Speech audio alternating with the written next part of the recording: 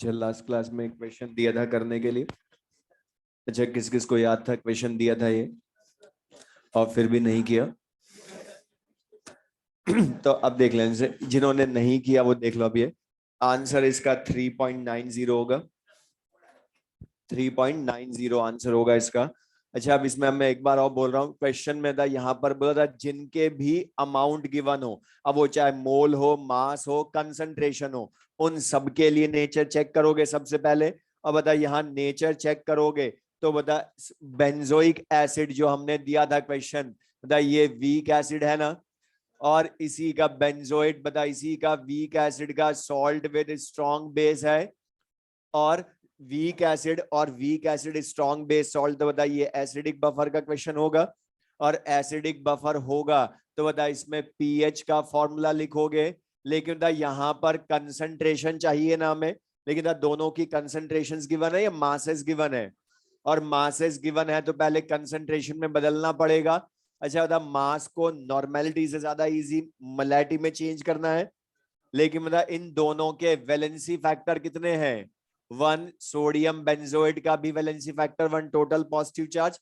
Benzoic acid की basicity भी 1। तो बता दोनों के वैलेंसी फैक्टर 1 है, और वैलेंसी फैक्टर 1 है तो दोनों की नॉर्मेलिटी एंड मोलैरिटी इक्वल होगी। ये लास्ट क्लास में क्वेश्चन दिया था। अब बता मोलैरिटी लानी है तो इसके लिए नॉर्मेलिटी मोलैरिटी सेम, तो मोलैरिटी का फॉर्मूला ही यूज कर सकते हो, मोल बाय वॉल्यूम। वॉल्यूम खुद ने दिया 2 लीटर सोल्यूशन, लेकिन बता मोलैरिटी लाने के लिए मोल है या मासेस हैं दोनों के? तो बता इसको क्या यूज करोगे, mass in gram upon molecular weight in gram into volume of solution in litre. अच्छा था, यहां से दोनों की मोलैरिटी या नॉर्मेलिटी ला सकते हो अलग से? बोलो, लाना मत, लेंदी हो जाएगा। ओके बता, उसने हमसे मोलैरिटी नहीं पूछी है, पीएच पूछी है। तो बता पीएच का फॉर्मूला ही यूज कर लें एसिडिक बफर का। PH equals to pKa plus log salt concentration upon weak acid concentration. अब बता ये जो मास है, वॉल्यूम है, इनको यहीं रख देना हम रेशियो में, कैलकुलेशन इजी होगी, आधी चीजें कट जाएंगी, टाइम बचेगा हमारे कैलकुलेशन में। तो पीएच की value pKa 4.2 plus log salt concentration, तो द सॉल्ट का मास कितना है 7.2 gram upon molecular weight, sodium का atomic weight 23, sum of atomic masses से लाओगे तो इसका मास कितना हो गया 144। तो 7.2 upon 144 into volume of solution in litre 2। इसी तरह से बता बेंजोइक एसिड का भी मास 12.2 अपॉन मॉलिक्यूलर वेट 122।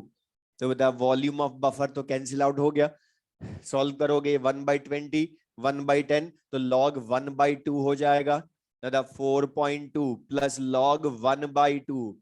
अब कैलकुलेशन इजी करनी है तो बता लॉग वैल्यू को इनवर्स कर दो, तो ये माइनस लॉग 2/1 मतलब लॉग 2। कैलकुलेशन सिंपल, डायरेक्ट लिख दो आंसर, तो आंसर आएगा 3.90।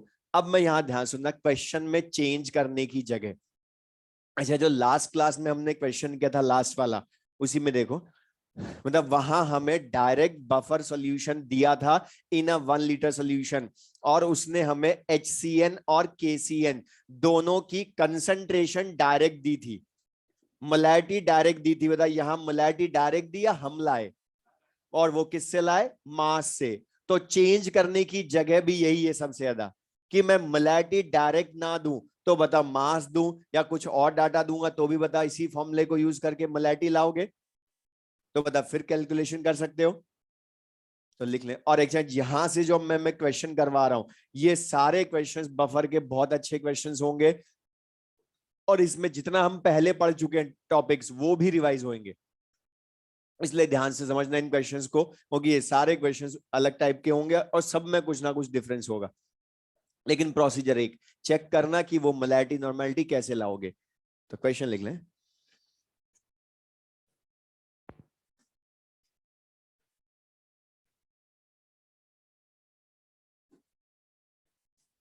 Find pH of a solution. Find pH of a solution obtained on mixing. Obtained on mixing. Board पर लिख लें। 200 milliliter N/10 sodium acetate solution and 100 milliliter N/10 acetic acid solution.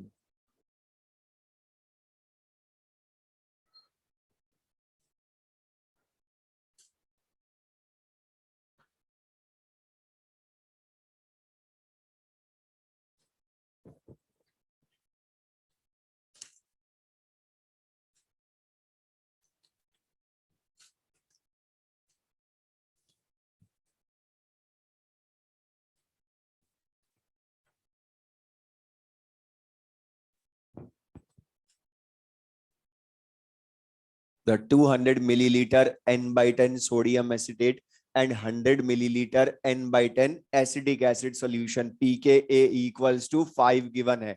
अच्छा बता, जो हमने अभी लास्ट वाला क्वेश्चन दिया था और इस क्वेश्चन की लैंग्वेज में क्या डिफरेंस है पहले ही बता दो बस। मतलब वहां पर डायरेक्ट हमें उसने बोला था in a 1 litre solution salt और उसका वीक एसिड डायरेक्टली मिक्स्ड दिए थे। मतलब यहाँ मिक्स्ड गिवन है या हम मिक्स कर रहे हैं।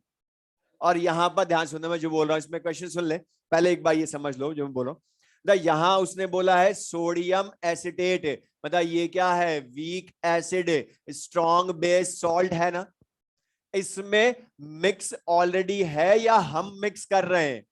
और बता वीक एसिड और उसी का सॉल्ट विद स्ट्रॉन्ग बेस हम सेपरेटली मिक्स कर रहे हैं। और बता ये जो दोनों वॉल्यूम है 200 और 100, मतलब ये बफर सॉल्यूशन के वॉल्यूम है या इनके बिफोर मिक्सिंग वॉल्यूम है।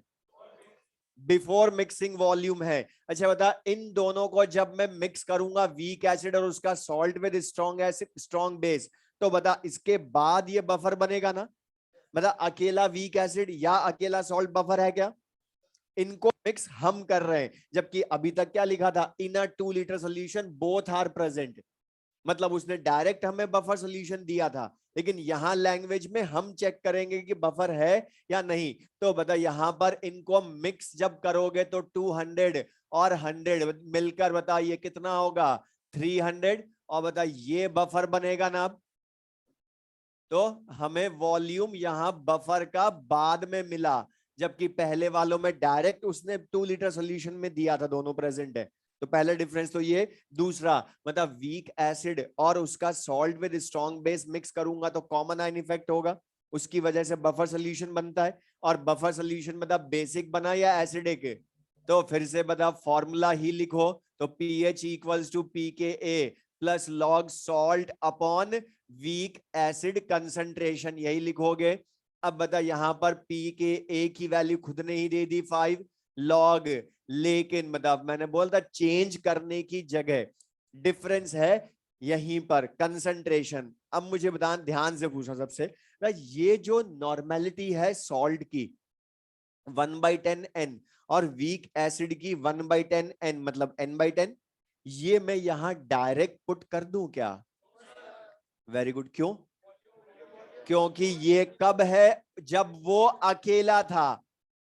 ये 200 मिलीलीटर के लिए नॉर्मेलिटी थी सॉल्ट की, ये 100 मिलीलीटर सोल्यूशन में थी नॉर्मेलिटी, लेकिन मतलब मिक्सिंग के बाद दोनों सेम सोल्यूशन में आएंगे ना, तो वॉल्यूम बढ़ गया। अच्छा वॉल्यूम बढ़ा तो नॉर्मेलिटी या मोलैरिटी तो कम होगी ना। तो बता हमें कौन सी पुट करनी है जो बफर सोल्यूशन में होगी, बफर सोल्यूशन वाली नॉर्मेलिटी पुट करनी है, जबकि बता ये बफर है ही नहीं जो अकेला नॉर्मेलिटी दी है। तो पहले तो ये समझ में आया डिफरेंस, और मैंने बोला कंसंट्रेशन में ही चेंज करेगा। अब लाऊं कैसे नॉर्मेलिटी? अच्छा बता, नॉर्मेलिटी लानी है तो यहां पर अब हमें मास तो गिवन है नहीं पहले वाले की तरह। क्या गिवन है बता? इनकी before mixing normality volume, before mixing normality volume. और बता एन और वी से मोल ला सकते हो या इक्विवेलेंस ला सकते हो? इक्विवेलेंस ला सकते हो। तो बता यहां पर हमें क्या करना पड़ेगा? Normality equals to number of equivalents upon volume of buffer solution करोगे ना। बता ये मैं क्यों कर रहा हूं, समझ में आया? कि नॉर्मेलिटी हमें गिवन नहीं है लेकिन उनके एन और वी गिवन है बिफोर मिक्सिंग, तो उनसे तो नंबर ऑफ इक्विवेलेंट्स ला सकता हूं, लेकिन बता अलग से नॉर्मेलिटी लाए या यहीं पुट कर दें? वही पुट करो ना, पहले की तरह रेशियो में हमारा टाइम बचेगा ना। तो बता सॉल्ट के लिए नॉर्मेलिटी N1V1 बोल दूं, पहले वाले number of equivalents N into V तो N1V1 अपॉन V किसका रखोगे बता? बफर का, वो तो कितना है 300 अपॉन इसी तरह से वीक एसिड के N2V2 अपॉन V बफर लिखोगे। अच्छा वाला वॉल्यूम ऑफ बफर पर पीएच डिपेंड करती है क्या? हर बार कट रहा है ना बता वॉल्यूम ऑफ बफर, लेकिन इंडिविजुअल नहीं कट रहे, वॉल्यूम ऑफ बफर पर इंडिपेंडेंट होती है पीएच ऑफ बफर सॉल्यूशन। तो बता वॉल्यूम ऑफ बफर तो हर बार कैंसिल। या बता इस तरह के क्वेश्चन, रुक जा सुन लो, जब भी इस तरह से वीक एसिड और सॉल्ट की बिफोर मिक्सिंग नॉर्मेलिटी वॉल्यूम दिया हो, तो बता आगे से टाइम सेव करने के लिए यहाँ नंबर ऑफ इक्विवेलेंट्स डायरेक्ट भी रख सकते थे ना, N1V1 अपॉन N2V2। कई जगह ये फॉर्मूला भी डायरेक्ट लिखा होता, लेकिन वो है तो क्या एग्जैक्टली कंसंट्रेशन पुट करते ना हम, वो तो V बफर कट जाता है इसलिए N1V1 अपॉन N2V2 हो जाता है। लेकिन बताइए क्लियर सबको? लिख लें अब तो सिंपल सा क्वेश्चन। तो द pKa की value 5 log N1V1 salt 1/10 into 200, और ये भी 1/10 इंटू 100। तो बता कैलकुलेशन सिंपल सी, log 2 की वैल्यू 0.30, तो pH विल बी 5.30। अच्छा ये बता दें, जो एसिडिक बफर सॉल्यूशंस होते हैं इनकी पीएच क्या ऑलवेज लेस देन 7 ही आती है क्या? मोर देन 7 भी आ सकती है, तो वो तो डिपेंड करती है पीके वैल्यू पर। अब बता दोनों क्वेश्चंस में पीके वैल्यू 7 से बहुत कम था, इसलिए पीएच भी 7 से कम आई।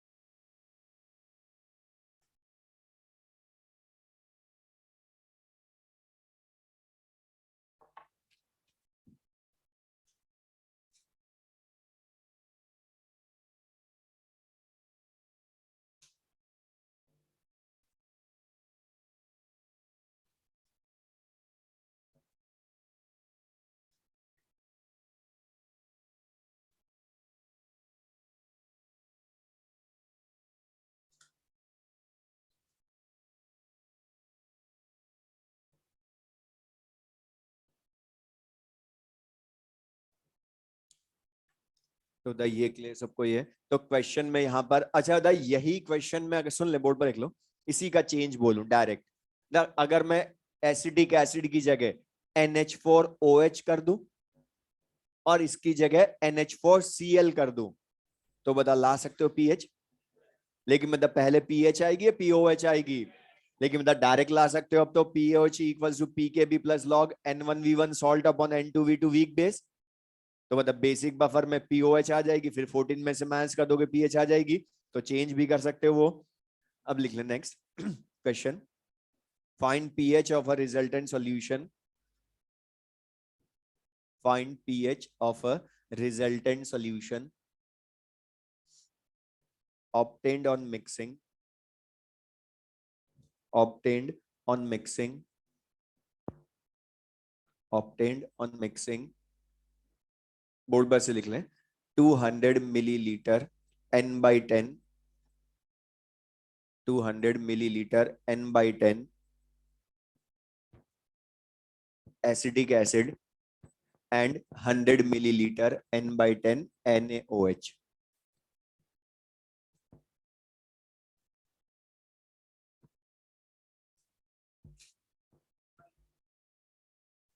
अच्छा, मतलब पहले मुझे पूछना सबसे, अब ये वाला जो क्वेश्चन है, अच्छा ये जो अभी हमने क्वेश्चन किया और ये जो क्वेश्चन में बताने वाला हूं, मतलब इस दोनों में डिफरेंस क्या है?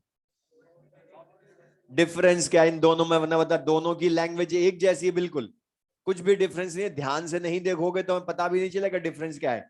अब बता, यहां पर भी वही बोला कि मिक्सिंग करने के बाद पीएच फाइंड करो, उसमें भी वही बोला मिक्सिंग करने के बाद, लेकिन बता जिनको मिक्स किया है उनका नेचर चेक करो, क्योंकि दोनों की कंसेंट्रेशन है ना। तो बता एसिडिक एसिड क्या है? Weak acid. अच्छा, NaOH सॉल्ट है या स्ट्रॉन्ग बेस है? मतलब बता, अब यहां पर सुनना ध्यान से, रुक जा, बोर्ड पर देख लो। यहां पर क्वेश्चन में हमने पहले वाला जो क्वेश्चन किया, ये सब मैं साथ में करवा रहा हूं, उनका रीजन है सबको, ये समझना। मतलब यहां पर वीक एसिड और उसका salt with strong base mix करने पर डायरेक्ट बफर बन गया था कॉमन आयन इफेक्ट से। लेकिन बता यहां पर अब वीक एसिड और स्ट्रॉन्ग बेस को मिक्स करूंगा तो बाय डेफिनेशन तो ये डायरेक्ट बफर नहीं है, बाय डेफिनेशन नहीं है। लेकिन ध्यान रखना, जब इस तरह से एसिड बेस को मिक्स करते हो, जनरल चीज बोल रहा हूं, ये किसी और चैप्टर में भी हो, मतलब एसिड एंड बेस को मिक्स करते हो तो वो तो एक दूसरे को न्यूट्रलाइज करेंगे ना। यहां पर तो वीक एसिड स्ट्रॉन्ग बेस एक दूसरे को न्यूट्रल करेंगे, जबकि वहां खाली कॉमन आयन इफेक्ट था। अब मुझे एक चीज बता दो, यहां पर वीक एसिड स्ट्रॉन्ग बेस को न्यूट्रलाइज करेगा मिक्स करने पर, तो एसिडिक एसिड और NaOH की रिएक्शन होगी ना।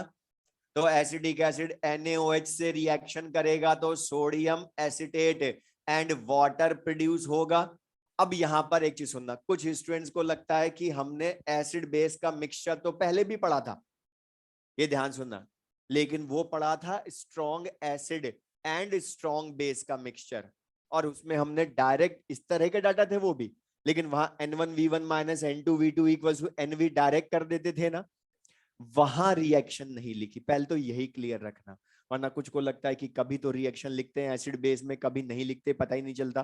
तो बता, strong acid and strong base का मिक्सचर का क्वेश्चन में भी एक्चुअल में तो इक्वेशन लिखनी चाहिए थी, लेकिन लिखी क्यों नहीं? बिकॉज वहां जो सॉल्ट बनता है वो ऐसे एसबी टाइप का बनेगा ना, strong acid strong base neutral होंगे तो ऐसे एसबी टाइप। बता, वो खुद भी तो न्यूट्रल होता है, और वो न्यूट्रल होता है तो वो पीएच को अफेक्ट नहीं करता। लेकिन मतलब यहां जो ये सॉल्ट बनेगा, ये न्यूट्रल या strong base weak acid salt?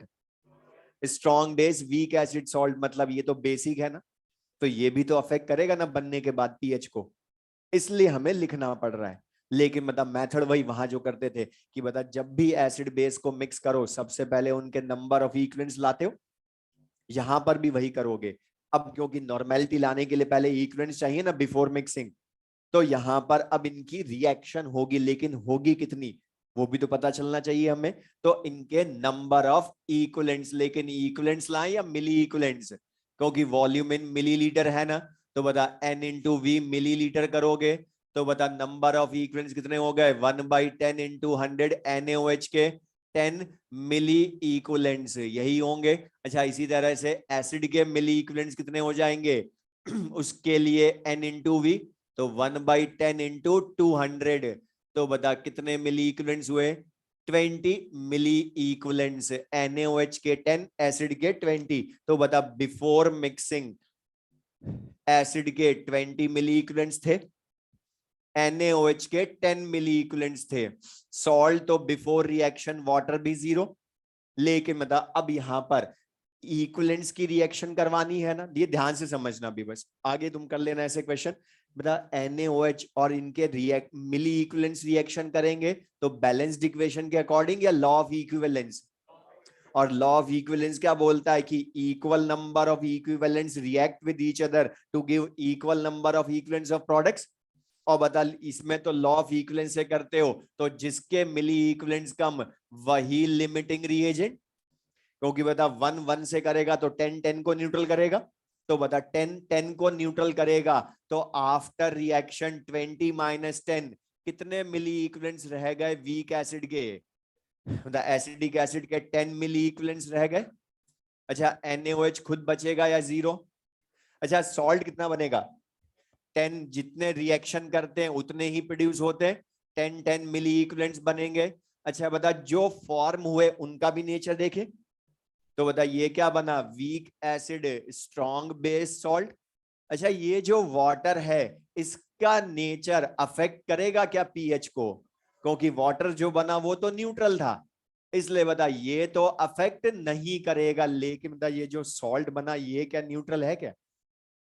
और बता वीक एसिड बचा सॉल्यूशन में आफ्टर मिक्सिंग, और कौन बचा उसका, सॉल्ट विद स्ट्रॉन्ग बेस, मतलब कॉमन आयन इफेक्ट से फिर बफर बना देंगे। जो हमने डायरेक्ट मिक्स किए थे पहले वाले में वो हमें इनडायरेक्टली पता चले आफ्टर रिएक्शन। और बता आफ्टर रिएक्शन कौन कौन बचा, वीक एसिड और इसका सॉल्ट विद स्ट्रॉन्ग बेस, तो बताइए कौन सा बफर बन गया, एसिडिक बफर लिख लें। तो बता यहां रिएक्शन के बाद पता चला बफर है, और डेफिनेशन से तो बफर नहीं है, वीक एसिड स्ट्रॉन्ग बेस, लेकिन उनके अमाउंट की रिएक्शन हुई तो आफ्टर रिएक्शन बफर बना दिया उन्होंने, तो एसिडिक बफर। अब तो पीएच का फॉर्मूला यूज कर सकते हो, pH equals to pKa, direct लिख दो, Ka की value 5 10 raise to the power -5, तो pKa क्या हो जाएगा, माइनस लॉग लोगे तो 5 प्लस लॉग सॉल्ट कंसंट्रेशन। अच्छा बताइए ये जो 10 है ये कंसंट्रेशन है या नंबर ऑफ इक्विवेलेंट्स हैं अभी तो? अब बता नॉर्मेलिटी तो number of equivalents upon volume of buffer होती है ना, तो बता मिक्सिंग के बाद बफर सॉल्यूशन का वॉल्यूम तो फिर से कितना हो जाएगा 300, तो यहां पर 300 तो 10 मिली इक्विवेलेंट्स अपॉन 300 लिखोगे, इसके भी 10 अपॉन 300 लिखोगे, और बताइए 10 अपॉन 300 कैंसिल, log 1 0, तो pH इक्वल्स टू 5। और बता इसमें हमारी एक थ्योरी का पॉइंट भी प्रूव हुआ लास्ट क्लास में जो पढ़ा था। अच्छा था यहाँ पर सॉल्ट की और वीक एसिड की कंसंट्रेशन का रेशियो 1:1 है ना, इक्वल कंसंट्रेशन है दोनों की, तो बता इसको क्या बोलते हो, मैक्सिमम बफर एक्शन की कंडीशन, तो pH इक्वल्स टू pK आता है ना, तो आया ना, मतलब pH equals to pK solve करने पर अपने आप आएगा। ये समझ में आया सबको?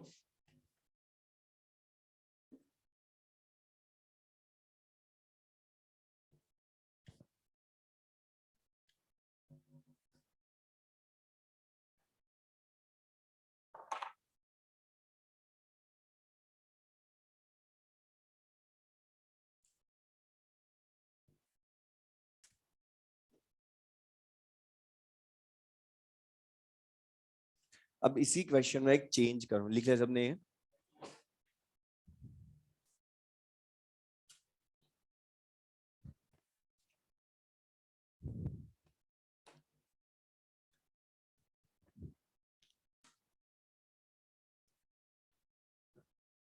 इसी क्वेश्चन में सुन ले, लिखते सेम यही प्रोसीजर से, मतलब वीक एसिड स्ट्रॉन्ग बेस को मिक्स किया इसलिए न्यूट्रलाइजेशन हुआ, तो रिएक्शन लिखी, लेकिन रिएक्शन होती है नंबर ऑफ इक्विवेलेंट्स के अकॉर्डिंग। अच्छा इसी क्वेश्चन में एक छोटा सा चेंज करता, मैं 100 मिलीलीटर NaOH की जगह 200 मिलीलीटर कर देता बस, और कुछ चेंज नहीं करा, सब कुछ वही प्रोसीजर भी वही रखोगे, लेकिन मतलब 200 रखते ही यहां पर मतलब 200 से मल्टीप्लाई करते तो ये 10 आते या 20 मिली इक्विवेलेंट्स आते, और बता 20 आते तो बता दोनों में से कोई भी बचता या दोनों ही जीरो, और दोनों ही जीरो तो किसके बचते, ओनली 20 मिली इक्विवेलेंट्स सॉल्ट के, मतलब फिर ये किसका क्वेश्चन, बफर का या सॉल्ट हाइड्रोलिसिस का? तो बोला था इन क्वेश्चंस में हमारे दूसरे टाइप के न्यूमेरिकल्स जो पहले पढ़ चुके हैं वो भी रिवाइज होंगे, लेकिन अब इसमें यहां पर ध्यान रखना, मैं हर बार तुम्हें बोल रहा हूं वॉल्यूम ऑफ बफर से डिवाइड करना, जबकि कुछ फर्क नहीं पड़ रहा वॉल्यूम ऑफ बफर से, लेकिन हर बार प्रैक्टिस के लिए बोल रहा हूं कि डिवाइड जरूर करना। क्यों? अब बता इस salt hydrolysis SbWa type pH 7 से ज्यादा आएगी ना, तो फॉर्मूला लिखोगे 7 + ½ pKa + ½ log C लिखोगे, अच्छा बता पी के ए तुम्हें पता है, लेकिन कंसंट्रेशन किस में होनी चाहिए? नॉर्मेलिटी में। अच्छा ये कंसंट्रेशन है क्या? तो 20/300 करोगे ना अभी? अगर 100 होता तो 300 से करते। है कितना अभी? 200 है तो 400 से डिवाइड करोगे, कर लोगे? ठीक है। तो बता एग्जाम तुम्हें देना, मेरे मैं रॉन्ग कर भी लूँ तो भी फर्क नहीं पड़ेगा, लेकिन ध्यान रखना ये तो ऐसी सिली मिस्टेक होती है, इसलिए अच्छा है अभी हो गया, ध्यान रखना। तो बताइए क्लियर सबको? ये समझ में, सी जो है वो number of equivalents upon volume of buffer, तो 20/400 आंसर बदल जाएगा, मतलब टॉपिक बदल गया, जबकि लैंग्वेज कुछ भी नहीं बदली हमने। सेम लैंग्वेज से सॉल्ट हाइड्रोलिसिस का क्वेश्चन, सेम लैंग्वेज से बफर का क्वेश्चन। नेक्स्ट लिखें क्वेश्चन, अब इन्हीं में और हम चेंज जो कर सकते हैं।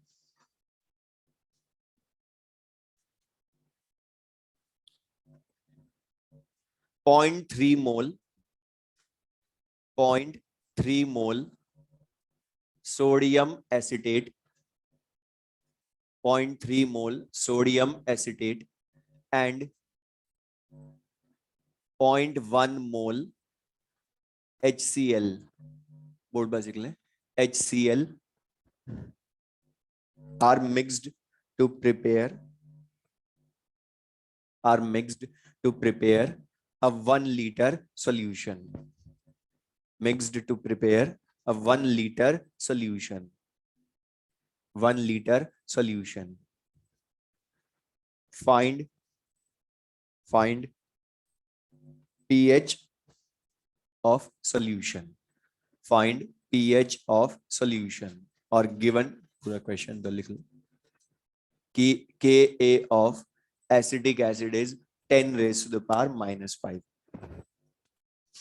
Ka of acetic acid is 10 raised to the power -5.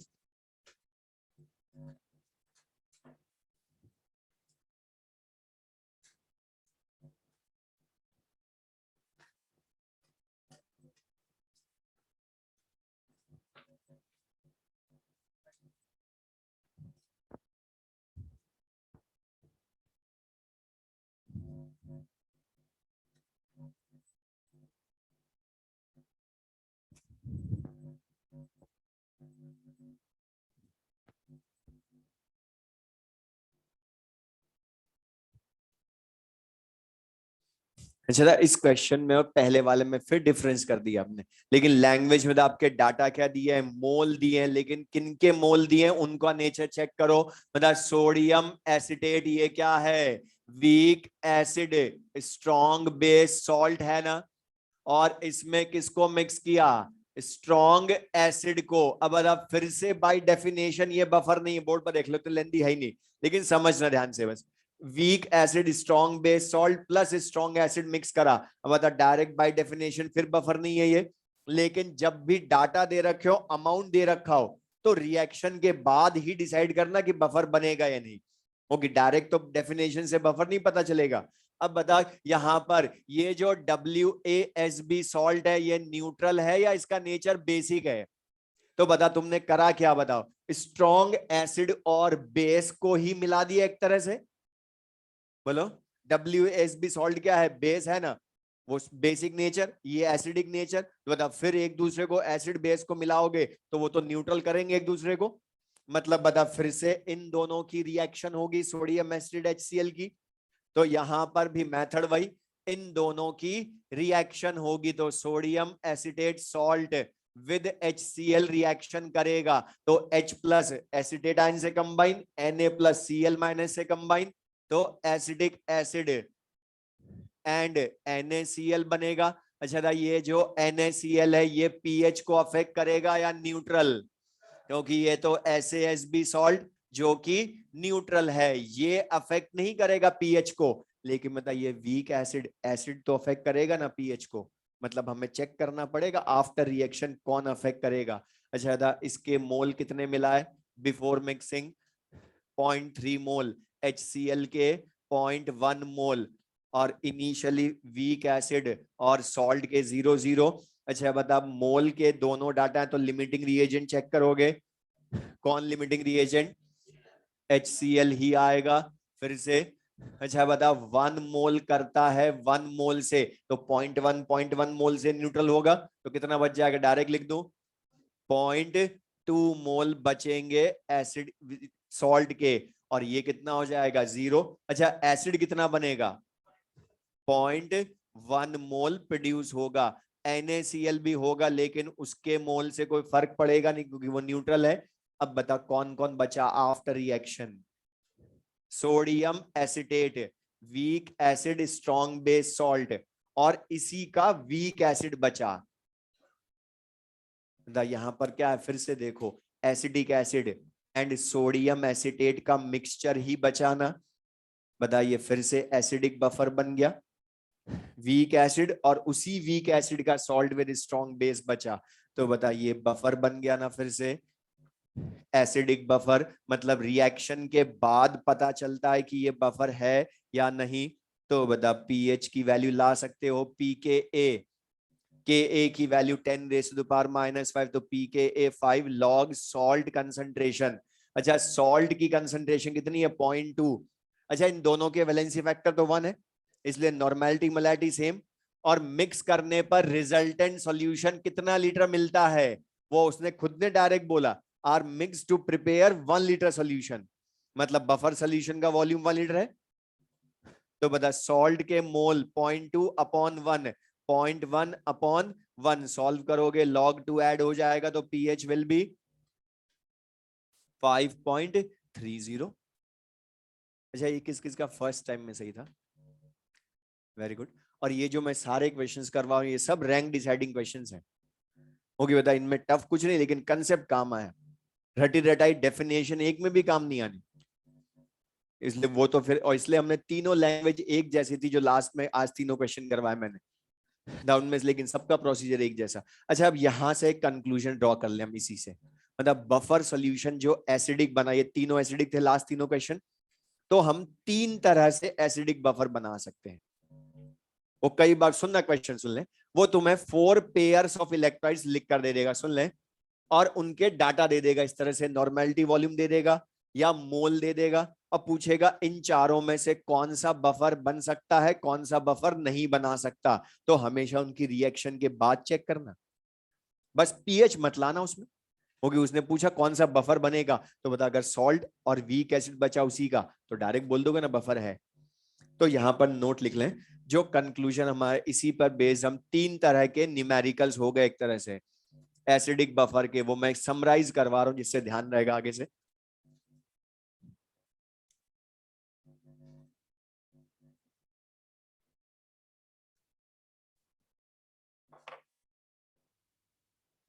लिख लें, first note, an acidic buffer, an acidic buffer can be prepared, can be prepared in following 3 ways, in following 3 ways। लिख लें बोर्ड पर से। फर्स्ट तो direct definition वाला, जो आज हमने सॉल्ट और एसिड को मिक्स करा था, सोडियम एसिड एसिडिक एसिड को, तो बता वीक एसिड बाय डेफिनेशन वाला ही, सबसे सिंपल तो कि वीक एसिड और उसी का salt with strong base mix करूं, तो बता बफर बन जाता डायरेक्ट। अच्छा अभी जो सेकंड लास्ट क्वेश्चन था, या ये था क्वेश्चन, बता इसमें वीक एसिड और स्ट्रॉन्ग बेस को मिलाने पर भी बफर बनाना, लेकिन बता वीक एसिड और स्ट्रॉन्ग बेस को मिलाने पर क्या हमेशा बफर बनेगा क्या, कब बनता है, जब बता वीक एसिड के इक्विवेलेंस बेस से ज्यादा हो, तो बता हम क्या लिखेंगे यहां पर, कब बन सकता है, when weak acid equivalence greater than strong base equivalence. बोलो ये जो सेकंड वाला क्या है बताइए, समझ में, और ये क्वेश्चंस को देखकर समझ में आएंगे ये वाले कंक्लूजन, ओके, तो न्यूमेरिकल को देखकर हमने कंक्लूजन बनाए कि वीक एसिड के इक्विवेलेंट्स 20 सॉल्ट के इक्विवेलेंट से स्ट्रॉन्ग बेस से ज्यादा थे, तो बता बफर बना। थर्ड बता जो अभी लास्ट वाला क्वेश्चन था, उसमें वीक एसिड स्ट्रॉन्ग बेस था, सॉल्ट स्ट्रॉन्ग एसिड मिला है, और सॉल्ट भी कौन सा था, WaSb टाइप सॉल्ट, तो WaSb टाइप सॉल्ट और स्ट्रॉन्ग एसिड को मिक्स करें तो बफर बन जाता है ना। लेकिन हमेशा बफर बनता है या जब सब सॉल्ट के इक्विवेलेंट ज्यादा हो, सॉल्ट के इक्विवेलेंट ज्यादा थे 0.3 उससे 0.1 से, तो यहां पर भी क्या बोलेंगे, when salt equivalents greater than strong acid equivalents. अच्छा, इसी लास्ट क्वेश्चन में बोर्ड पर देख लो, फिर एक छोटा सा चेंज कर रहा हूं, तुम मुझे बताना ध्यान से। हम इस 0.1 मोल HCl को 0.3 मोल HCl कर दूं तो इस 0.1 को 0.3 कर दूं, अब बताओ कौन लिमिटिंग रिएजेंट। दोनों के इक्वल हो गए तो बता ये भी 0 हो जाएगा ना। दोनों 0 हो गए तो इसके कितने मिलेंगे, 0.3। लेकिन ये क्या न्यूट्रल है या अकेला वीक एसिड है, मतलब ऑस्वाल्ड्स डाइल्यूशन लॉ, मतलब H plus ion concentration equals to root K into C. के फिर भी काम आएगा, सी तुम ले आओगे यहां से अपॉन वॉल्यूम करके, तो बता कंसेंट्रेशन रूट इंटू सी, के इंटू सी रूट बता से आंसर ला सकते हो। मतलब बता ऑस्वाल्ड्स डाइल्यूशन लॉ भी हो सकता है रिवाइज। इसलिए हमें ये लिखना पड़ता है कि किसके इक्विवेलेंट ज्यादा हो तो बफर बनेगा, वरना बता वो दूसरा सॉल्ट हाइड्रोलिसिस या ऑस्वाल्ड्स डाइल्यूशन लॉ का क्वेश्चन भी हो सकता है ना। अच्छा होता है जब एसिडिक बफर 3 टाइप से बन सकता है, तो बेसिक बफर में भी 3 टाइप के क्वेश्चन हो सकते हैं फिर। तो सेकंड नोट लिख लें। अब बेसिक बफर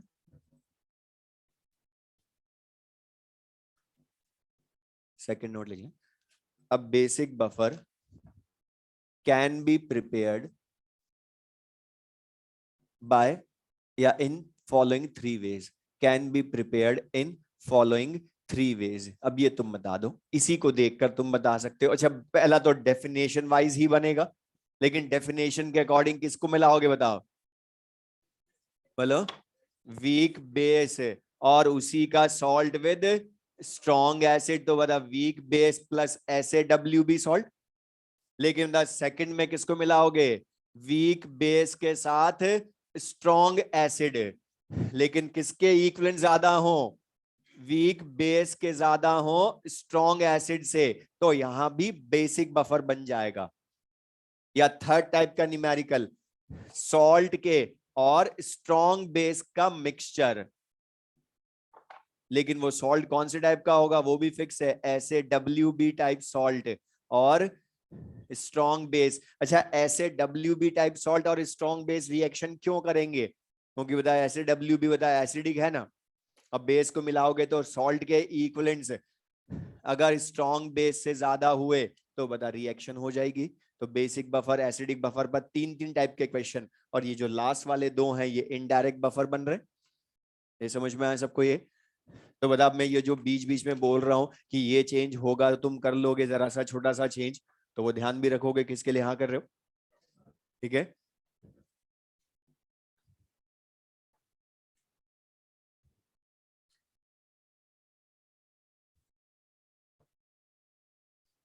क्वेश्चन लिखें।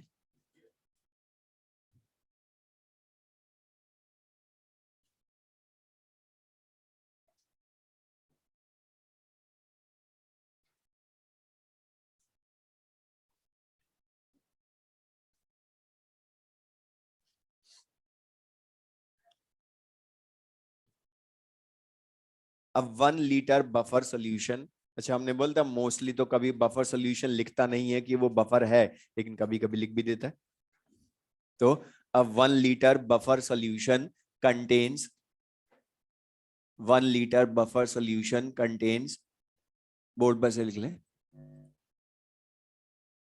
0.2 m NH4Cl and 0.2 m NH4OH, 0.2 m NH4Cl and 0.2 m NH4OH in bracket लिख लें बोर्ड पर से, 0.2 m NH4Cl and 0.2 m NH4OH in bracket Kb equals to 10 raised to the power minus 5. Find, अब मैं change जो कर सकता हूं लैंग्वेज में वो मैं इसमें बता रहा हूं। Find OH negative ion concentration, find OH negative ion concentration upon addition of अब इसमें 3 क्वेश्चंस हैं एग्जाम में, उनमें से 3 में से किसी एक को पूछेगा ऐड करने पर।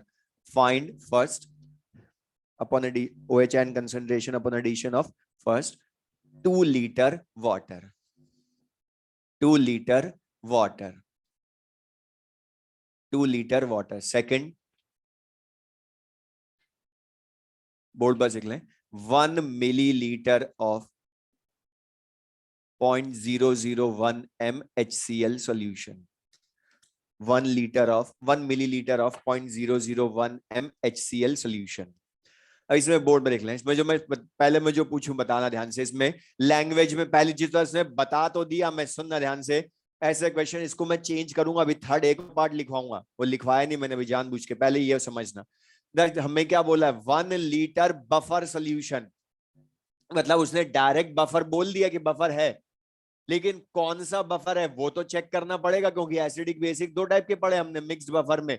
अब बताओ उसने लैंग्वेज में क्या लिखा, NH4OH, तो ये क्या है, वीक बेस, और उसी का सॉल्ट विद स्ट्रॉन्ग एसिड, और ये दोनों को हम मिक्स कर रहे हैं, दोनों ऑलरेडी प्रेजेंट है इन अ सॉल्यूशन, दोनों ऑलरेडी प्रेजेंट है इन अ सॉल्यूशन। लेकिन एसिडिक बफर या बेसिक बफर, बेसिक बफर। अच्छा मैं तुमसे ओनली इतना सा क्वेश्चन पूछूं, अभी ये भूल जाओ किनको ऐड करा वो मैं नहीं बोल रहा, खाली सिंपल सा क्वेश्चन पूछूं, सबसे छोटा वाला इसका जो क्वेश्चन, जो सबसे ज्यादा बार आया आज तक कंपटीशन में, जहां पर वो खुद लिख देता है कि बफर सॉल्यूशन है, इन दोनों को मिक्स किया तो OH आयन कंसंट्रेशन फाइंड करो या pH फाइंड करो, तो बताओ कर सकते हो, बेसिक बफर है। अच्छा हमने बोला था कि H+ ion OH ion concentration के भी फॉर्मूले याद रखना, क्योंकि तुम्हारा टाइम सेव करेंगे वो। अब बताइए यहां मैं POH लाऊंगा तो फिर एंटीलॉग लेना पड़ेगा, बहुत लेंदी हो जाएगा, जबकि OH आयन कंसंट्रेशन का फॉर्मूला बेसिक बफर का हमें याद है, तो OH ion concentration equals to क्या होता है, KB into weak base concentration in normality upon salt concentration, बोलोगे ना। अच्छा लेकिन बता तुम्हें कंसंट्रेशन नॉर्मेलिटी में दी है या मोलैरिटी में, लेकिन दोनों के वैलेंसी फैक्टर कितने हैं, 1, तो एक वैलेंसी फैक्टर है दोनों का, तो नॉर्मेलिटी मोलैरिटी सेम। अब OH आयन कंसंट्रेशन पूछूं तो ला सकते हो, तो OH आयन कंसंट्रेशन की वैल्यू लाओगे अभी जब हमने कुछ भी ऐड नहीं करा, तो OH ion concentration 10⁻⁻5 upon 0.2 into 0.2 लिखोगे, cancel, OH ion concentration will be equal to 10⁻⁻5 in normality बोलो या मोलैरिटी में बोलो, बात एक ही है। अब लेकिन क्वेश्चन में सुनना ध्यान से, चेंज, अब ये मैं डायरेक्ट भी बोल सकता था बिना लिखे भी कि यही आएगी OH आयन कंसंट्रेशन, क्यों, क्योंकि देखो कंसंट्रेशन दोनों की इक्वल है, तो मैक्सिमम बफर एक्शन वाला सॉल्यूशन है ना, ये मैक्सिमम बफर एक्शन कंडीशन का बफर है ना, तो POH इक्वल्स टू PKB या OH ion concentration equals to KB, जब POH PKB इक्वल तो OH आयन भी तो KB के इक्वल होगा ना, बताओ, तो डायरेक्ट बोल सकते थे, टाइम से थ्योरी से हमने जो लास्ट क्लास में पढ़ा। अब लेकिन यहां पर मुझे बताओ, हमने वाटर ऐड किया इस बफर सॉल्यूशन में, 1 लीटर बफर सॉल्यूशन में हमने वाटर ऐड किया, तो बताओ वाटर ऐड करना मतलब डाइल्यूशन, और बता डाइल्यूशन से पीएच अफेक्ट होती है क्या बफर की, थ्योरी में लिखवाया था, बोलता न्यूमेरिकल में यूज करवाएगा वो, बस हमें याद आ जाए डाइल्यूशन से पीएच नहीं बदलती, क्योंकि कंसंट्रेशन दोनों की सेम रेशो में बदलती है, इसलिए रेशो में फिर कट जाएगी वो, हम लास्ट क्लास में पूरा सॉल्व करके बता चुके हैं, pH old pH new same आती है, तो अब डायरेक्ट लिखे, टाइम सेव करने के लिए तो लिखाया था वो। तो बता यहाँ पर कंसंट्रेशन जो है वो क्या रहती है, कांस्टेंट रहती है, और कांस्टेंट का मतलब जो पहले थी वही रहेगी, तो बता न्यू भी कितनी होगी, 10⁻⁻5 ही रहेगी, तो बता पहले वाला ही आंसर क्यों हो गया, समझ में आई, 2 लीटर वाटर में, क्योंकि डाइल्यूशन से पीएच बदलती नहीं है बफर की, चाहे वो एसिडिक हो चाहे बेसिक। अब रुक जाओ, अब इसमें डेफिनेशन में जो चीज हमने लिखी थी वो मैं समझा रहा हूं, यहां पर ध्यान से सुनना। अच्छा हमने डेफिनेशन में एक लाइन बोली थी कि बफर सॉल्यूशन अपनी पीएच चेंज को रेजिस्ट करता है upon addition of small amount of strong acid या स्ट्रॉन्ग बेस, लेकिन वो small amount strong base add करने पर पीएच चेंज को रेजिस्ट करता है, मतलब ऑलमोस्ट कांस्टेंट रहती है पीएच, तो अब लेकिन हमें कैसे पता चलेगा कि कब स्मॉल अमाउंट है कब नहीं है? तो पहले हमें पता भी तो चले। और बता, जिसको तुम ऐड कर रहे हो वो देखो क्या है, HCl, स्ट्रॉन्ग एसिड को ऐड कर रहे हो ना बफर में। तो बता, स्ट्रॉन्ग एसिड का अब स्मॉल अमाउंट है या नहीं, वो भी तो लाना पड़ेगा मुझे पहले।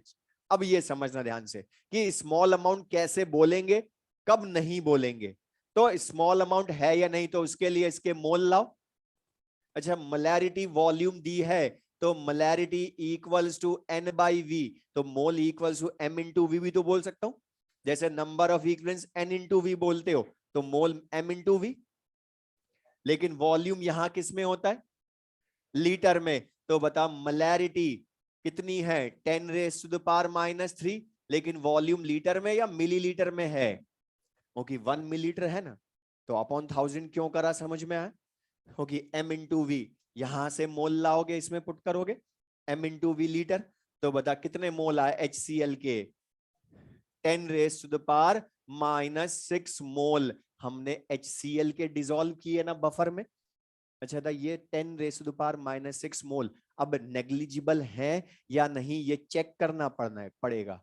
ये स्मॉल अमाउंट है भी या नहीं। स्मॉल अमाउंट का मतलब जो ऑलरेडी उनका अमाउंट है उनके रेस्पेक्ट में ये नेग्लिजिबल है या नहीं। तो बताओ 10⁻⁻6, ये 0.2 m का मतलब 0.2 मोल इन 1 लीटर है ना इन दोनों के। जब 0.2 मोल के रेस्पेक्ट में 0.00000001, मतलब बहुत ज्यादा है, नेग्लिजिबल। तो बता, पीएच बदलेगी या सेम रहेगी? ऑलमोस्ट सेम रहेगी। तो ये क्या है, अभी नेग्लिजिबल है। और नेग्लिजिबल है तो बता, OH आयन कंसंट्रेशन क्या रहेगी, कांस्टेंट ही रहेगी ना। और कांस्टेंट रहेगी तो फिर से OH आयन कंसंट्रेशन वही हो जाएगी जो पहले थी। अब एग्जाम में इनमें से कोई एक क्वेश्चन पूछेगा, बस हमें थ्योरी के पॉइंट को यूज करवाया, न्यूमेरिकल में ये समझ में आया। अब लेकिन एक और थर्ड मैंने बोलता, ये दो समझ में आएंगे तो थर्ड समझ में आएगा। समझना ध्यान से, ये मैंने नहीं लिखवाया पार्ट, लेकिन अब लिखवा रहा हूं, बोर्ड पर देख लो। मैं इसी में चेंज कर दूं, मैं बोलूं 1 litre of 0.1 MHCl is added. अब मैंने बोला 1 लीटर ऑफ 0.1 MHCl अलग से बोलूं, इस बफर में मिलाया। तो बता, 1 लीटर ऑफ 0.1 MHCl नेग्लिजिबल है या नहीं, वो लाने पड़ेंगे। मोलैरिटी इंटू वॉल्यूम से फिर से लाऊं, जैसे ये करा हमने यहां पर। तो बता, M/V करूं तो मोलैरिटी 0.1, वॉल्यूम खुद ने ही लीटर में दिया है 1। तो बता, ये कितने मोल हुए HCl के, 0.1 मोल HCl है। अब मुझे बता, ये 0.1 मोल इन 0.2 मोल के रेस्पेक्ट में नेग्लिजिबल या हाफ मिला दिए उसके, मतलब बता 50% मोल मिला दिए जितने थे उनके। तो बता, अब ये तो नेग्लिजिबल नहीं हो सकते। अब तो ये रिएक्शन में पार्टिसिपेट करेंगे, अब ये अपना इफेक्ट शो करेगा। यहां तो नेग्लिजिबल थे स्मॉल अमाउंट, तो वो स्मॉल अमाउंट का मीनिंग क्लियर है। कैसे कंपैरिजन करोगे, जो अमाउंट ऑलरेडी है उनसे कंपेयर करो। मतलब 0.1 मोल इन 0.2 मोल का तो 50% है, तो ये नेग्लिजिबल नहीं है। तो ये नॉट नेग्लिजिबल, और नेग्लिजिबल नहीं है तो स्ट्रॉन्ग एसिड को जब बफर में मिलाओगे तो ये रिएक्शन करेगा। अब इसको कंज्यूम कौन करेगा बताओ, इसको कंज्यूम कौन करेगा, एसिड को बेस करेगा। अब बता, बेस कौन सा इनमें से, ये सॉल्ट बेस है क्या? वो सॉल्ट तो एसिडिक है, SaWb सॉल्ट, तो सॉल्ट से रिएक्शन नहीं करेगा, इससे करेगा, बेसिक से करेगा ना। ये वीक बेस है तो क्या हो गया, है तो बेसिक ही ना। तो बता, रिएक्शन किसकी होगी, पूरी चीज सुन लो। अब आंसर कैसे लाओगे यहां पर। अब बता, अभी तक तो बफर था पहले अकेला, इन दोनों में कोई इफेक्ट नहीं पड़ा, इसलिए आंसर पहले वाली OH आयन कंसंट्रेशन हो गई। अब कैसे लाऊंगा, तो यहां पर ध्यान रखना, जब बफर में किसी स्ट्रॉन्ग एसिड या स्ट्रॉन्ग बेस को मिला दो और उसके मोल नेग्लिजिबल ना हो, तो ये चेक करना वो किससे रिएक्शन करेगा उनमें से। क्योंकि बता, स्ट्रॉन्ग एसिड है इसलिए बेसिक सॉल्ट से, बेसिक NH4OH से करेगा, मतलब इनके न्यूट्रलाइजेशन ही होंगे ना फिर से, NH4OH प्लस HCl, और न्यूट्रलाइजेशन होगा तो रिएक्शन लिखनी ही पड़ेगी, NH4Cl प्लस H2O। अब यहां ध्यान सुनना, अच्छा था, ये बफर में तुम एसिड मिला रहे हो ना, तो बता मिलाने के पहले ही NH4OH के 0.2 मोल पर लीटर प्रेजेंट है ना सॉल्यूशन में। अच्छा सॉल्ट के भी तो 0.2 मोल पर लीटर प्रेजेंट है, तो बता ये दोनों पहले से प्रेजेंट है आपके, वाटर नहीं है क्योंकि वो तो न्यूट्रलाइजेशन पर बनेगा। लेकिन बता सॉल्ट इस एसिड के भी कितने मोल मिला दिए तुमने, 0.1 मोल। मतलब बता यहां पर फिर से लिमिटिंग रिएजेंट का क्वेश्चन हो गया यहां पर। अब बता लिमिटिंग रिएजेंट फिर से कौन, HCl। अच्छा 0.1, इसके 0.1 को न्यूट्रल करेंगे तो ये कितना रह जाएगा, 0.1 मोल। और ये क्या बचा, वीक बेस बचा ना, HCl के 0। अच्छा ये कितना बनेगा, 0.1 बनेगा, 0.2 तो ऑलरेडी है, 0.1 और जाकर बनेगा, तो बता कितने हो गए, 0.3 मोल हो गए। अच्छा वाटर के लिखें चाहे ना लिखें कोई फर्क पड़ेगा क्या, इसलिए छोड़ो। तो बता 0.3 मोल। लेकिन ये क्या है अब बताओ, weak base strong acid salt. मतलब बता फिर से ये दोनों बफर बनाएंगे ना आपस में, बोलो। तो यहां रिएक्शन के बाद भी बफर रहा, और अब इसके लिए तुमसे पूछी है OH आयन कंसंट्रेशन। तो बता OH ion concentration equals to Kb into salt concentration upon weak base upon salt concentration, यही फॉर्मूला पुट करोगे। लेकिन वीक बेस की कंसंट्रेशन क्या लिखोगे आपके, 0.2 या 0.1। अच्छा लेकिन बता बफर सोल्यूशन का वॉल्यूम कितना होगा, 2 लीटर, क्योंकि बताइए 1 लीटर भी तो मिला दिया ना एक्स्ट्रा तुमने, 1 लीटर पहले से था, तो बता 2 लीटर हो गया। तो यहां पर लिख लें, तो बता वीक बेस 0.1 अपॉन 2, लेकिन इधर कितना होगा 0.3 अपॉन 2, तो बफर सोल्यूशन का वॉल्यूम तो फिर कट गया यहां भी। लेकिन OH आयन कंसंट्रेशन पहले से चेंज हो जाएगी आपके 3.3 इंटू 10⁻⁻⁶n। और ये जो कंसंट्रेशन आई, देखो पहले वाली 10⁻⁻5 थी ना, मतलब उसका ऑलमोस्ट 10 टाइम्स कम हो गई, तो 10 टाइम्स तो कंसिडरेबल वैल्यू है ना, इसलिए बता स्ट्रॉन्ग एसिड मिलाया।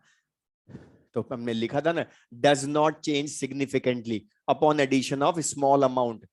लेकिन मतलब ज्यादा अमाउंट मिला दोगे तब तो बफर की पीएच भी बदलती।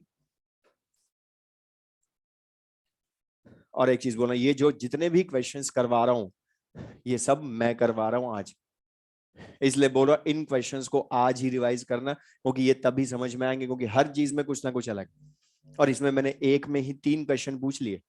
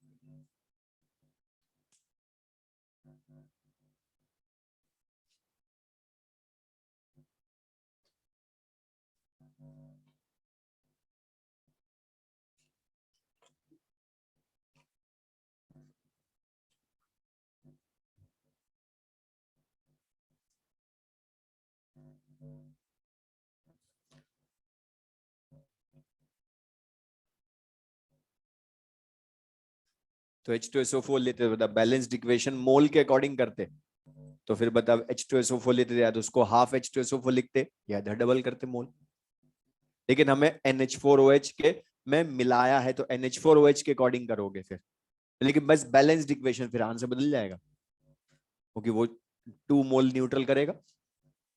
तो देख लें यहाँ पर ध्यान से, इस क्वेश्चन में ये चीज क्लियर सबको, तो ध्यान से चेक करना, अगर बफर सोल्यूशन में किसी को ऐड किया तो वो वाटर को ऐड कर रहा है या स्मॉल अमाउंट को ऐड कर रहा है, और स्मॉल अमाउंट चेक कैसे करोगे वो समझ में आया, मोलैरिटी इनटू वॉल्यूम से चेक करना पड़ेगा। और नेग्लिजिबल नहीं हुए तो फिर वो किससे रिएक्शन करेगा ये भी चेक करोगे।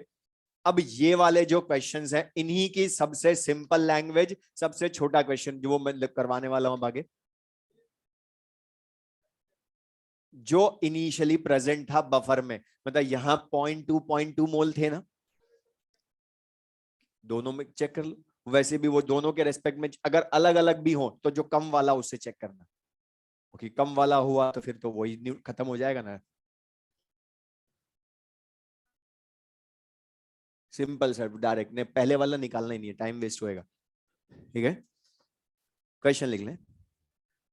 40% acidic acid, 40% acidic acid is neutralized by 40% acidic acid is neutralized by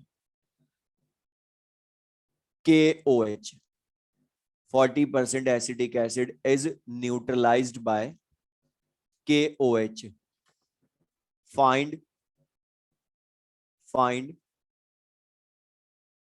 pH after neutralization.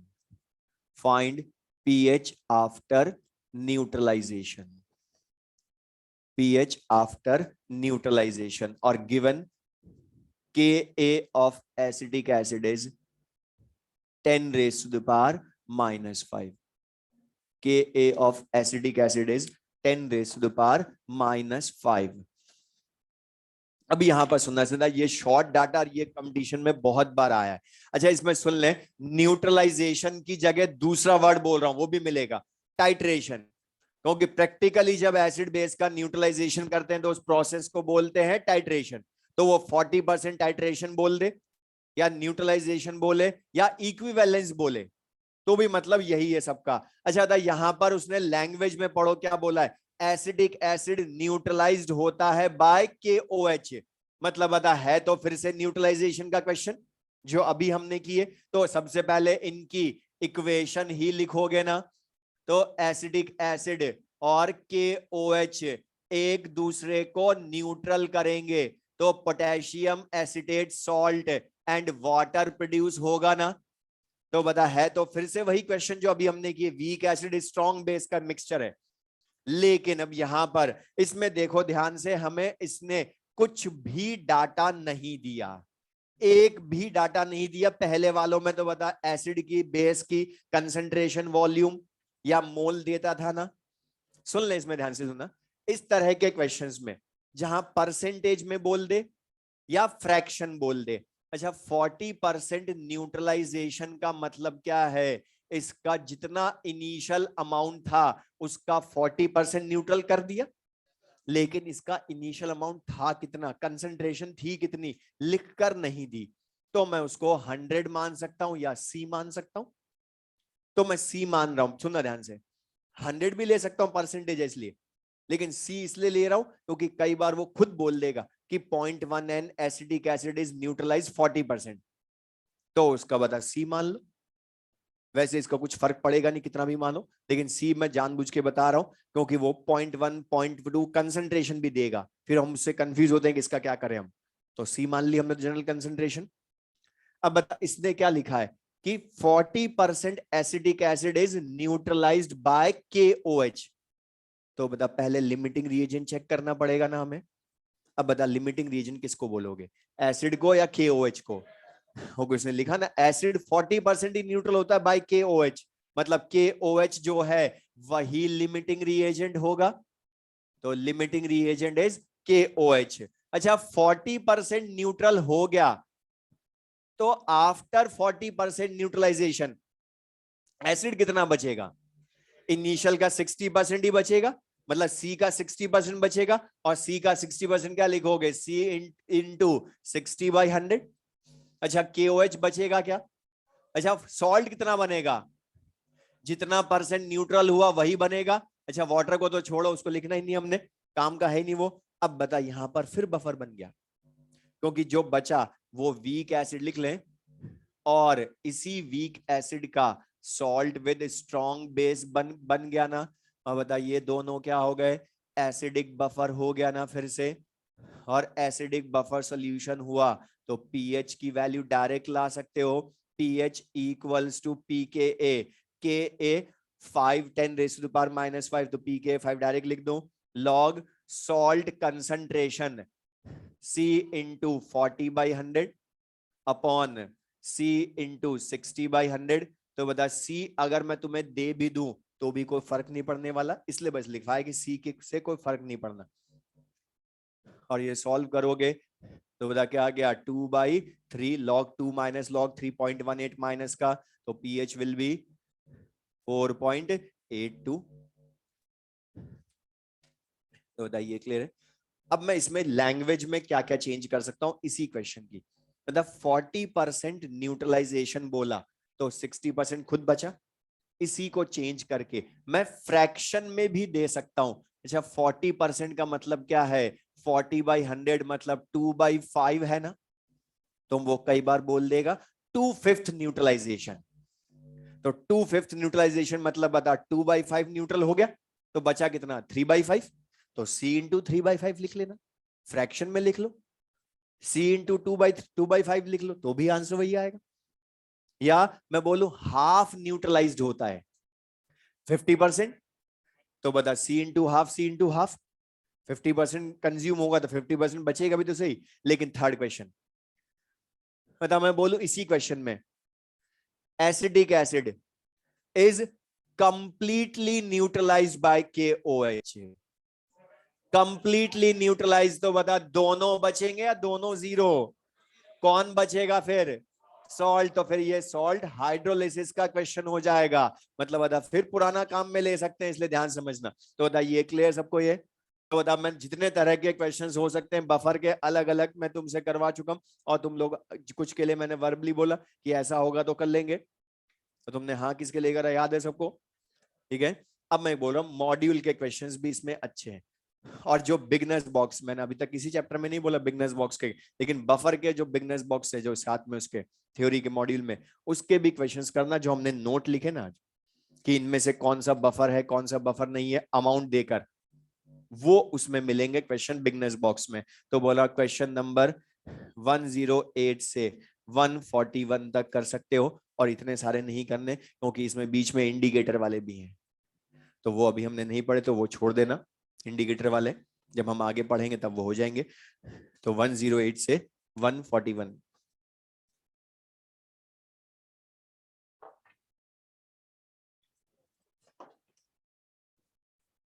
तो ये क्लियर सबको ये। तो बफर सॉल्यूशन जो है इसका मीनिंग क्या है, समझ में आया सबको ये। तो बफर सॉल्यूशन के लिए क्वेश्चंस हम कर सकते हैं थ्योरी, लेकिन मैं फिर बोल रहा हूँ थ्योरी जो है बफर की, और ये पढ़ने के बाद मॉडल के क्वेश्चन करना, ठीक है। अब लिख लें सबसे इंपॉर्टेंट टॉपिक इसका, solubility of sparingly soluble salts, solubility of sparingly soluble salt, solubility of sparingly soluble salts। अब solubility of sparingly soluble salts, अब तुम एग्जाम वाले एक्सरसाइज में देखना 90% क्वेश्चन तो बफर और इन्हीं के लास्ट 10 ईयर्स में, और सबसे ज्यादा इसके 70% ऑलमोस्ट। तो सॉल्युबिलिटी, लेकिन है बहुत इजी से क्वेश्चन इसके आते हैं, सबसे इजी टॉपिक होगा ये, हमने जितने पढ़े पूरे चैप्टर में भी था। लेकिन इसको बस समझना ध्यान से, इसकी थ्योरी का मीनिंग लैंग्वेज में इसमें बहुत चेंज कर सकते हैं हम। तो सबसे पहली चीज तो बता, यहां पर स्पैरिंगली सॉल्युबल सॉल्ट्स लिखा ना, तो सिंपल सा मैं मीनिंग बोलूं, स्पैरिंगली सॉल्युबल सॉल्ट्स का मीनिंग है वो सॉल्ट्स जिनको इनऑर्गेनिक में पढ़ते हो ऑलमोस्ट इनसॉल्युबल इन वाटर, जैसे बेरियम सल्फेट बोलते हो वाटर में मिलाने पर प्रेसिपिटेट हो जाता है, लेड क्लोराइड भी प्रेसिपिटेट होता है या पार्शियली सॉल्युबल इन वाटर होता है, या AgCl वाटर में मिलाने पर प्रेसिपिटेट हो जाता है, लेकिन मतलब क्या उनका ऑलमोस्ट इनसॉल्युबल, मतलब थोड़ा बहुत तो सॉल्युबल होते हैं ना। तो जो थोड़ा बहुत सॉल्युबल होते हैं वो वही हम कैलकुलेट करेंगे उनकी वैल्यू, न्यूमेरिकल वैल्यू। तो लिख लें the solubility of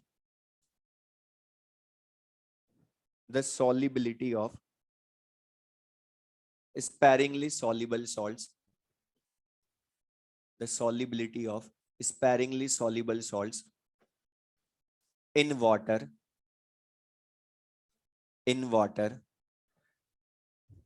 is very less, in water is very less।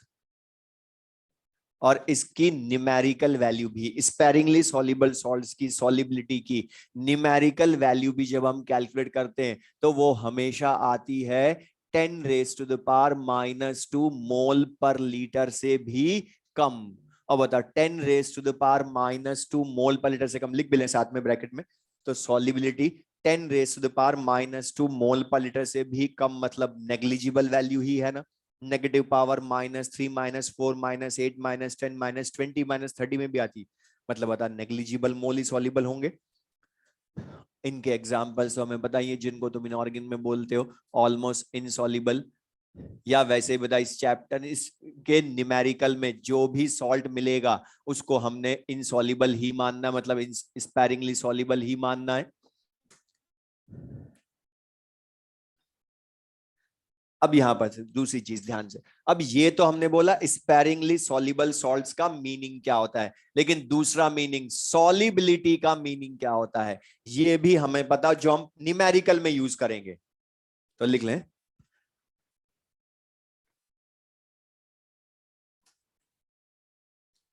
solubility represents the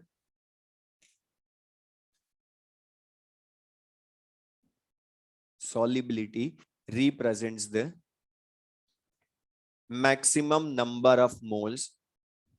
Solubility represents the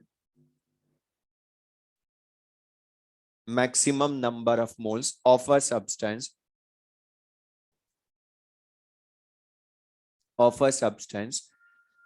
that can be dissolved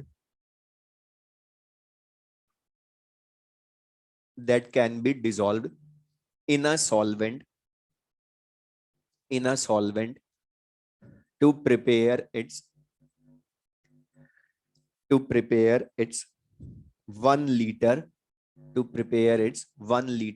saturated solution at constant temperature. To prepare its 1 liter saturated solution at constant temperature.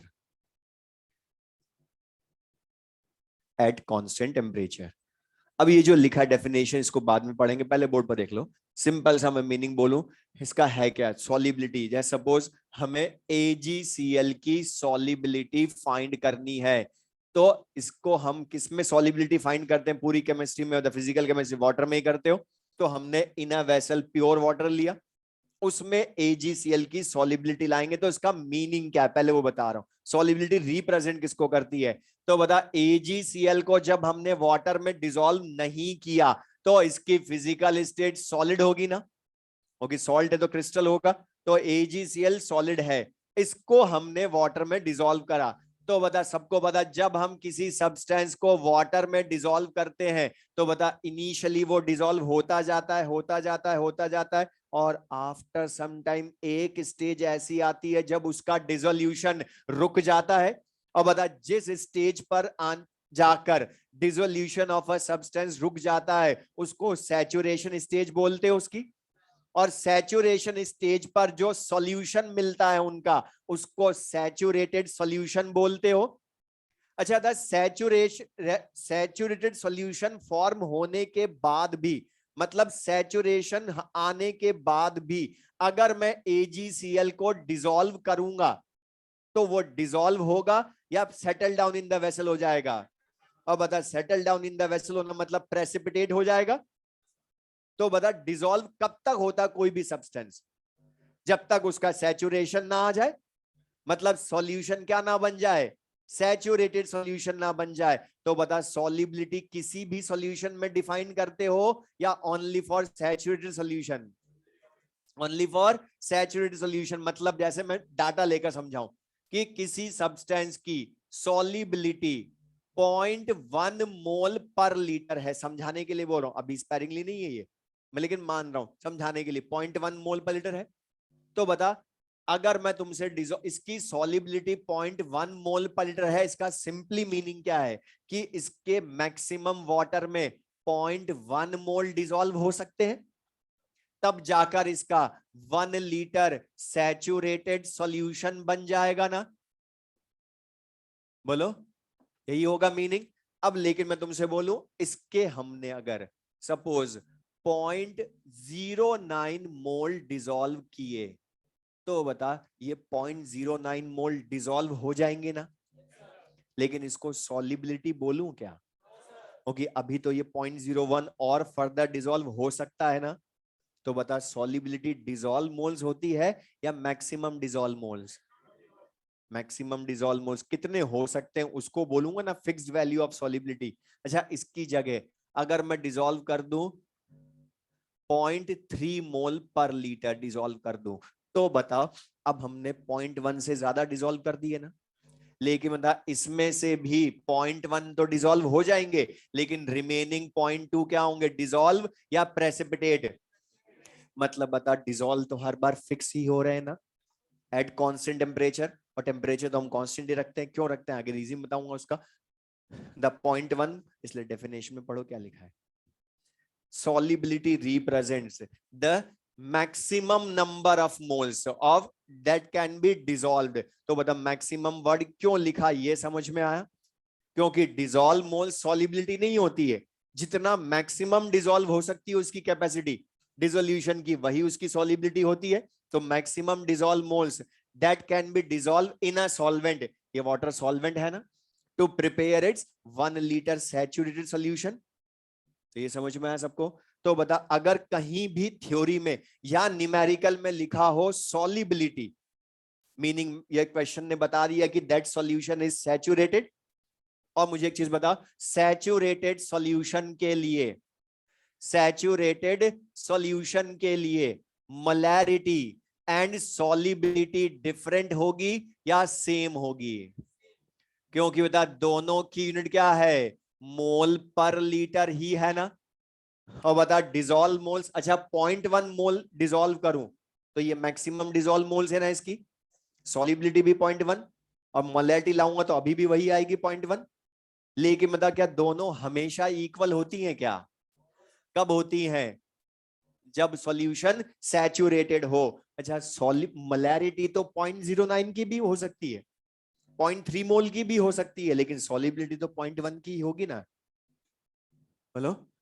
अब इसी का question लिख भी लेना ये वाला line, या इसको यूज करवाएगा वो न्यूमेरिकल में, कैसे सुन लो। मैंने बोला लैंग्वेज में बहुत बदल सकता हूं, वो तुम्हें कई बार क्वेश्चन में डायरेक्ट नहीं बोलेगा सॉलिबिलिटी फाइंड करो, वो बोलेगा find concentration of saturated solution.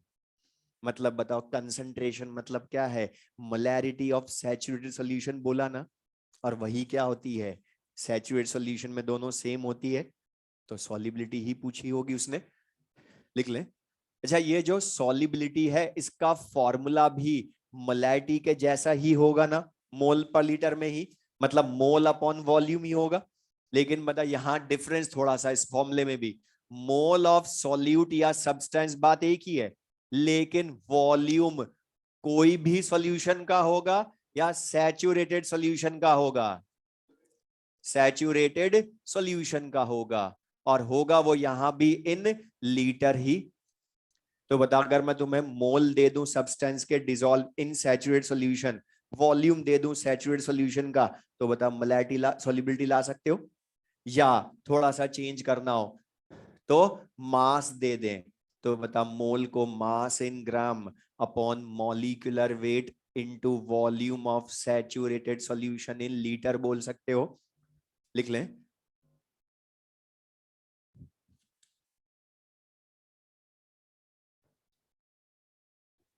अच्छा था यहाँ जो ये सॉलिबिलिटी है दोनों में, इसकी यूनिट मोल पर लीटर ही है ना।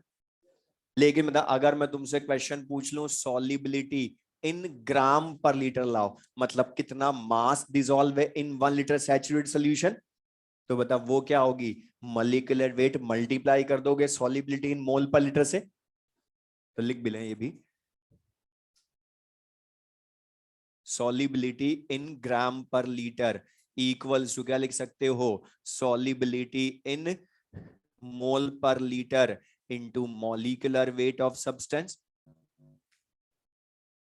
तो ये भी ध्यान से, अब इसमें ये सब मैं चेंजेस बता रहा हूं जो यहाँ थ्योरी में ही जो क्वेश्चन में मिलेंगे सब, तो हम थ्योरी में तो यहाँ ध्यान से पढ़ना, जब भी वो तुमसे पूछे सॉलिबिलिटी तो ये चेक कर लेना उसकी यूनिट क्या है, क्योंकि बता वो मोल आएगी हमेशा मोल पर लीटर में, क्योंकि डाटा में पुट उसमें करेंगे हमेशा, लेकिन वो ग्राम पर लीटर में पूछ रहा है, तो बता मोल पर लीटर लाने के बाद इनटू मॉलिक्यूलर वेट करोगे।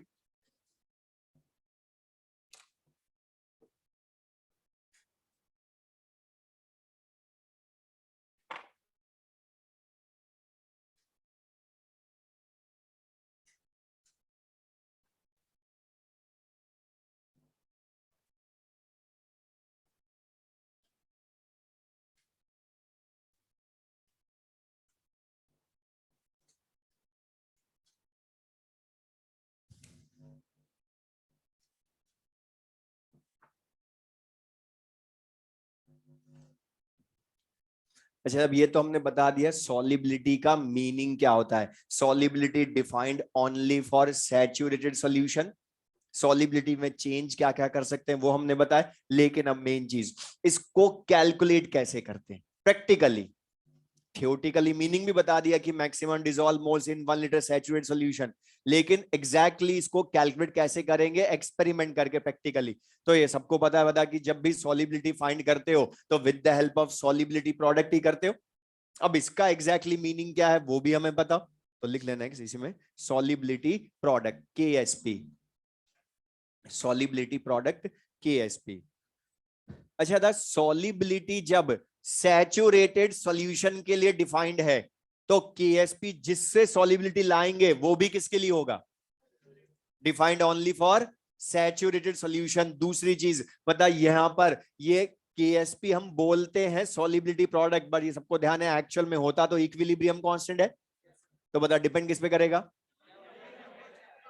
Only upon temperature. लिखो, वो भी बताएंगे क्यों ओनली अपॉन टेम्परेचर। लिखो, KSP is defined, KSP is defined only for saturated solution. KSP is defined only for saturated solution, and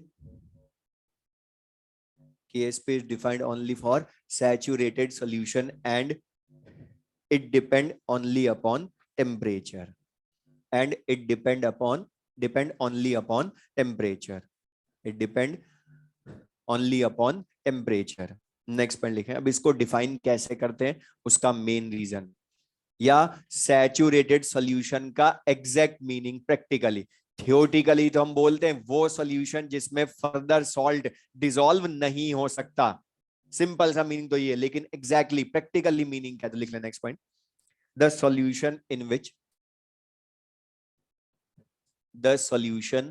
which undissolved and dissolved part undissolved and dissolved part undissolved and dissolved part of a substance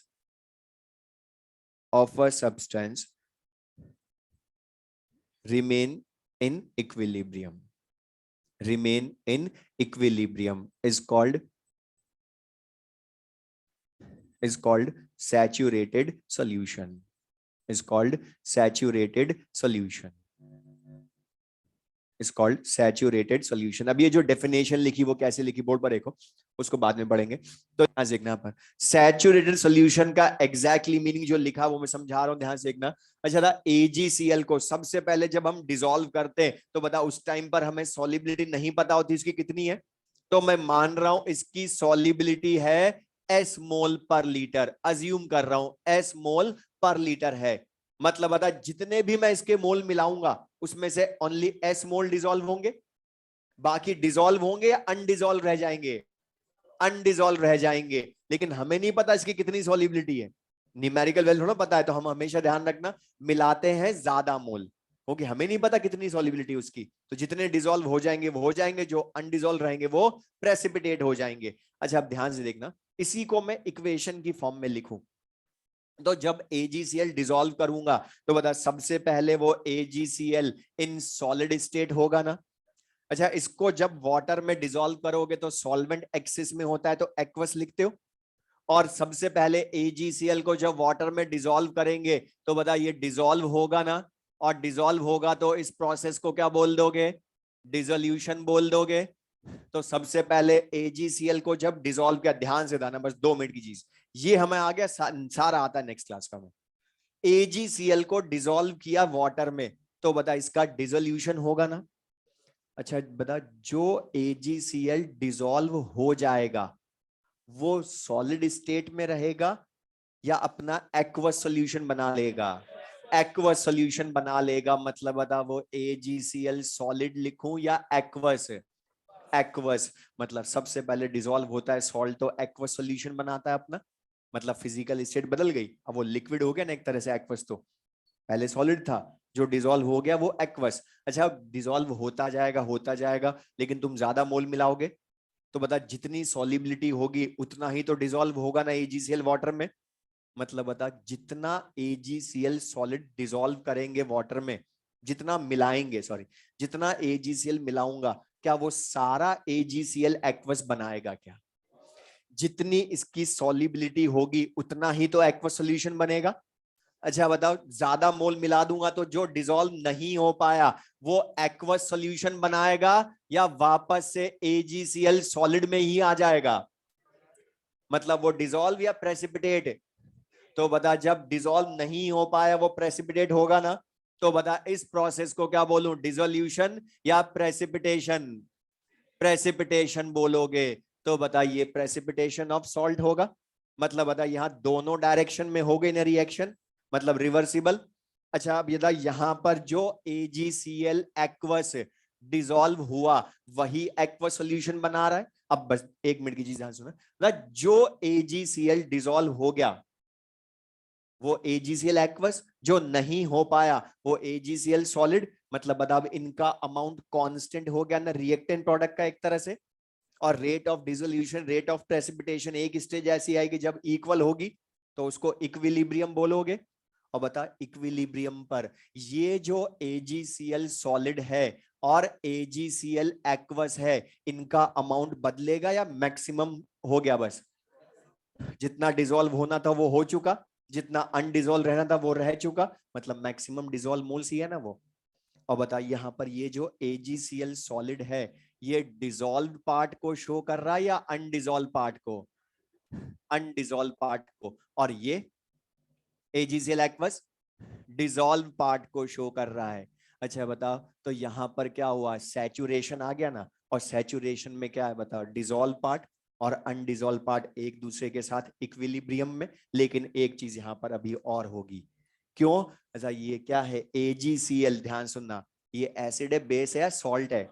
और salt बता अपने aqueous solution में है, और हमने पढ़ा starting से salts in their aqueous solution behaves as strong electrolyte. लेकिन बता AgCl सॉलिड को स्ट्रॉन्ग इलेक्ट्रोलाइट बोलूं क्या? क्योंकि वो एक्वस नहीं है, तभी तो सॉलिड रहा वो। बता ये स्ट्रॉन्ग इलेक्ट्रोलाइट, तो बता ये मॉलिक्यूल में रहेगा या 100% आयंस में ब्रेक? 100% आयंस में ब्रेक। तो मुझे ध्यान से बताना, बता जो AgCl डिसॉल्व हो गया वो AgCl एक्वस मॉलिक्यूल में मिलेगा या ओनली उसके आयंस मिलेंगे? क्योंकि ये मिलेगा कैसे, ये तो स्ट्रॉन्ग इलेक्ट्रोलाइट हो गया जो AgCl एक्वस है, वो तो 100% ब्रेक हो जाएगा आगे। तो बता मैं डिसॉल्व AgCl एक्वस मॉलिक्यूल या उसके डिसॉल्व आयंस मिलेंगे? तो बता एक्चुअल इक्विलिब्रियम किस में होता है, AgCl सॉलिड मॉलिक्यूल में और सिल्वर और क्लोराइड आयंस में होगा ना।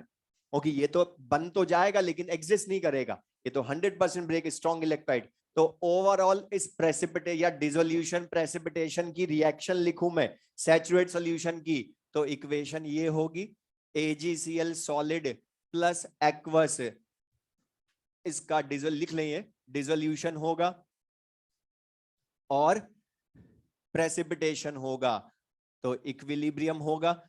लेकिन AgCl एक्वस की जगह Ag प्लस एक्वस और Cl माइनस एक्वस लिखोगे तो बता डिसॉल्व आयंस और अनडिसॉल्व सॉल्ट में इक्विलिब्रियम। और इक्विलिब्रियम पर कोई भी कैलकुलेशन करते हो तो यूजिंग इक्विलिब्रियम कांस्टेंट करते हो, और ये सॉलिबिलिटी इक्विलिब्रियम है ना, इसलिए नाम क्या रखा उसका, सॉलिबिलिटी प्रोडक्ट। और KSP क्या लिखोगे, product upon reactant concentration raise to the power of their stoichiometric coefficient. तो Ag प्लस Cl माइनस, लेकिन बता रिएक्टेंट को लिखोगे या एक्टिव मास 1? तो बता सिंपल सा KSP, और ये KSP इक्विलिब्रियम कांस्टेंट है, तो बता कोई भी equilibrium constant depend only upon temperature, इसलिए KSP depend only upon temperature, पहले ही बोला हमने। ठीक है, बाकी फिर इसको नेक्स्ट क्लास में यूज करेंगे।